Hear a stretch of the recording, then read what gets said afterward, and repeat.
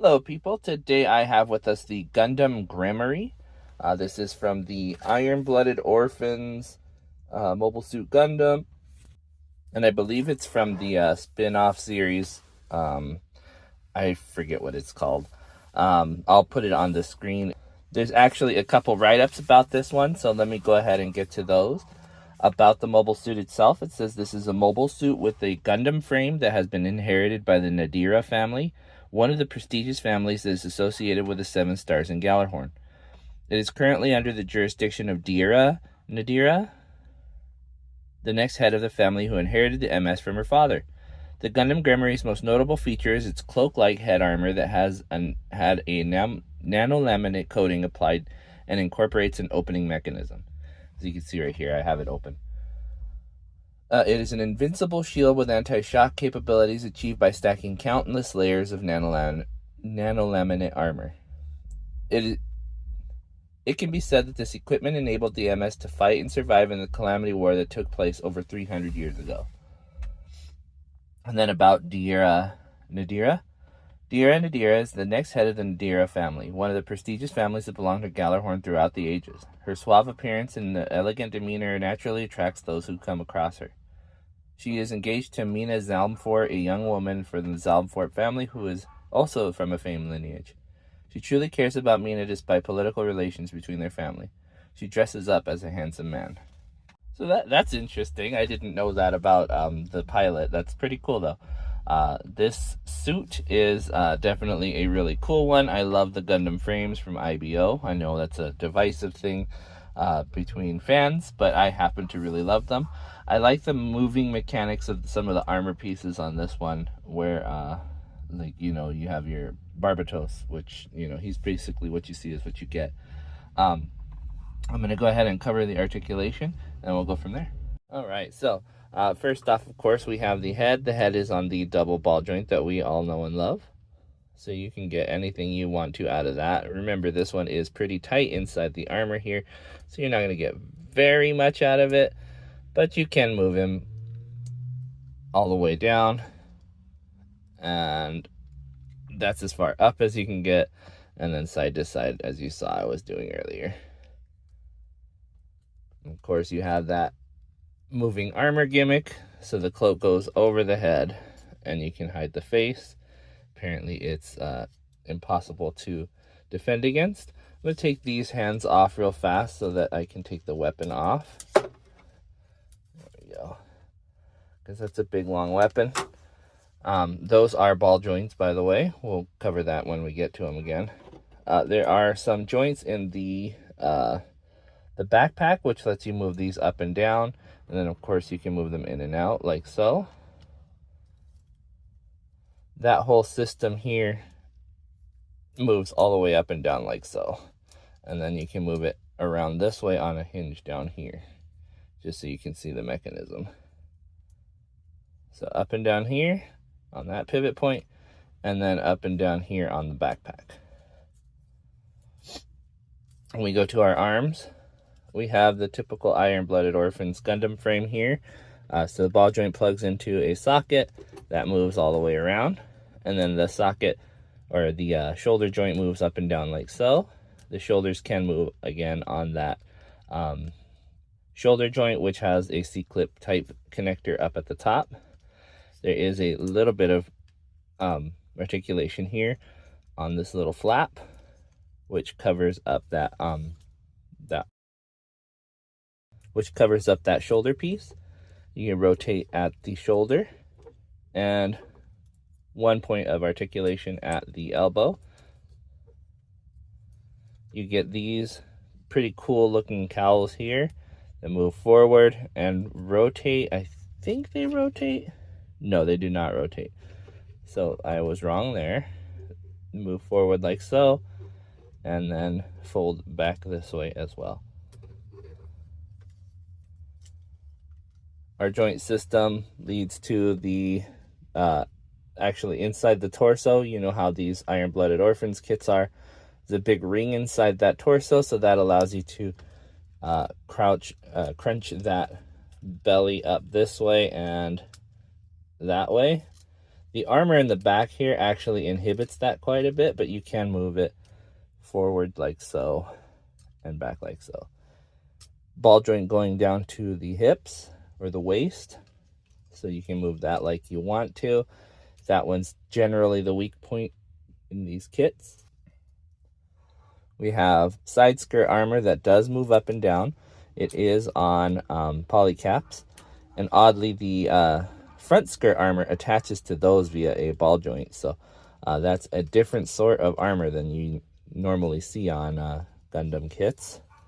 The back skirt doesn't do anything, it's just a solid plate here. We have no drop down on that hip, but it does move forward and backward like so. That just allows you to have a little bit of articulation.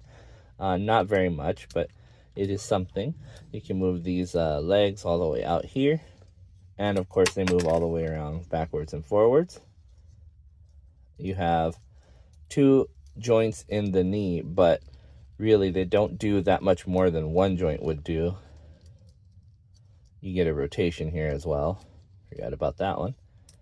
And then you have the funny iron-blooded orphan's feet, which allows you to move the toe forward and this armor up in front. And then of course you can rotate the foot here. And again, the foot is on a ball joint inside the ankle. So this is an interesting set of articulation that you have for this one. And then of course on the hands, you do have the ball joints as well. All right, well, he doesn't have too much articulation, but that is okay. He gets any pose that you want him to be in, I think. As far as extras go on this one, there aren't a lot. You get some hands. So you have the closed hands that you see there. A nice open hand with nice pink fingers. And another one. That's about it. You get some more spare PC polycap parts, so that one's for your waist there. Those would normally be for side skirt armor, and those would be for foot joints, but that's it. And then you get a sticker sheet. Stickers, I think they're for these shoulder parts and some various things for the thrusters. We plan on painting this one a different color. I don't really care for the color scheme, which I wanted to talk about, which is something I don't normally do. The color scheme is okay. It's blue, pink, and tan. I would not have put those colors together. I personally don't like the tan. I think it's too contrasting to the other colors. If you want to stand out, the pink works, so I don't mind that. It's the tan that bothers me. Like it seems like, well, what color should we make the rest of it? Oh, tan's good. I don't get it, man. It's not for me. That's just my personal opinion. I don't like that color. Anything else would have worked, I think. That said, it is what it is. It's not a bad looking kit, and it does flow pretty well where you have the colors, you know, bright pink, and then it contrasts down to the light, the tan at the bottom. The hands need to be painted if you wanted to match those with the anime, the game I think it's from, but it's okay. You know, you paint some gray on this one and you paint some pink on those ones, you have a nice set to play with. All right, and now for some size comparisons. This here I have high grade Gundam, the GBN base Gundam. As you see, this Gremory is a bit taller than he is. That is in keeping with most of the Iron-Blooded Orphans kits. They are taller than normal Gundams usually are, where a standard Gundam would be 18 meters. They're about 20 meters tall. So it's not too big of a departure, and it's more on the lines of mid-age UC kits. If I recall correctly, you want to say like Char's Counterattack, where you have like 20-meter tall mobile suits. But the GBN based Gundam is a bit taller than the original Gundam. It's around 19 meters tall. Still, as far as size comparison, it is comparable to other HGs. And from another line of 144 kits, this is the Alto from 30 Minute Missions. There is some cross compatibility between the two lines. The arms, shoulders, and a lot of the joint systems work on the IBO kits. It's a similar framework. It is interesting to see how short he is compared to the Gremory, though. Here is the Jinrai from Frame Arms. This is a 1/100 scale kit. You can see he's just about as tall as the Gremory. They both have those similar aerials in the back. This one's to hold knives and to have thrust. This one's are just thrusters. But it is pretty cool to see that similar stylistic choice. Obviously, they don't look the same, but they are just about the same height. Although this one is a 1/100 scale, so realistically, it's a smaller mobile suit than the Gremory would be. All right, here is the Frame Arms girl. This one's Architect. She's in roughly 1/12 scale. You see she's about the same height as far as model kits go. So it's interesting to see if there would be any crossovers between the two. I see a lot of people using Barbatos in combination with Frame Arms girl, so it would be, and it would make sense that this one would work as well. Those shoulders, I think, would look particularly good on them for armor. That's just my opinion. And speaking of cool shoulder armor, here is the 1/24 scale Hexagear Governor Nero. You can see his very diminutive size, but the same sort of build up in terms of the armor plating. I think it has a similar look to the Gremory here, except for Gremory's a little bit on the thinner side than our little guy here. This is the first time in a while I've seen a mobile suit comparable to the size of my Master Grade Alex Gundam. I don't build a lot of the big, bulkier Master Grade suits, so this one is kind of a refreshment. I forget how big the IBO kits are, but it's still lacking in terms of the bulk of the Master Grade. It's still a really big kit, so curious to see how that would look in Master Grade size. I wonder if people have made a conversion for the Barbatos to the Gremory. That would be cool to see. So you can see this one is a pretty decent kit.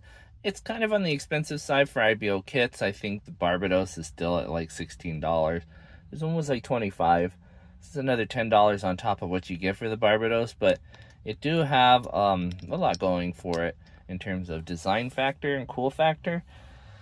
The fact that there's not a lot of extras is kind of interesting, but I thought there would be like kind of crossovers between the IBO normal kits and this one. There aren't. The other thing that I wish they had, and this goes all the way across the board with Gunpla and Kotobukiya and any other manufacturer that comes out with these kits, is that they had like square sections on the weapons. Like you have holding hands. You have holding hands here that hold the weapons, and it's round, so it ends up flopping here. And it's not all the time, and it's not every time, but sometimes it's just really difficult to keep it in a pose that you like, just because it's round. And I understand that, that's so that you can have it universal, but, just like a square section maybe, like a little bit of square here, a little bit of square there, so that the hands could hold it in place so that it doesn't rotate. Even just one at the bottom would make sense, because, if you're holding it up here, it can rotate on that axis, but down here it would be held in place by that, just held from rotating, kept from rotating. But that's my only complaint about this one, besides the price. The price was a little bit steep, and the color, that's another one. So 3 main complaints, but that first one is all the way across the board. That's every Gundam kit, that's every Kotobukiya kit. Like, if you're gonna include a round section to hold on to, maybe just give something to grip onto, like at the end, a little flat section or a little square section, something like that. But that's it for this kit, guys. I really like it. It's one of a really cool design from IBO, which is a really cool show, in my opinion. I definitely recommend this one to people who are fans of IBO. It fits in that series, I think, really well. The other thing is that really cool axe weapon, scythe weapon, made out of a anchor. That's pretty cool. And then it has a very unique look compared to other mobile suits. So that's one of the reasons why I think it should go on your shelf. If you don't like IBO, maybe still give it a try, because honestly it's pretty good in terms of how mobile suits are put together. I know that everyone hates the joints on these things, but I've had this one for a while now sitting on my shelf, and it hasn't had any flop. You see, when I was doing the articulation, everything still holds together all right. That's not to say that it will forever. I know that these things do wear out, but that's not a thing that you can't fix with some pledge, some nail polish if you're very careful with it, some paint, or some super glue, and just very carefully again make that work. It's not terribly difficult to fix those problems, and in the end result is it's pretty good here. You can see it's a posable unit. He looks good. He just wants some paint. That's something that I think I need to do for him. He even just a metallic coating I think would look good. But honestly, he's not terrible out of the box, just that tan is bad. But I am going to ramble on forever if I keep doing this, so I will let you guys go. Thank you very much for watching. I will see you guys next time, or you'll see me, but more than likely you'll see my stuff. Bye bye.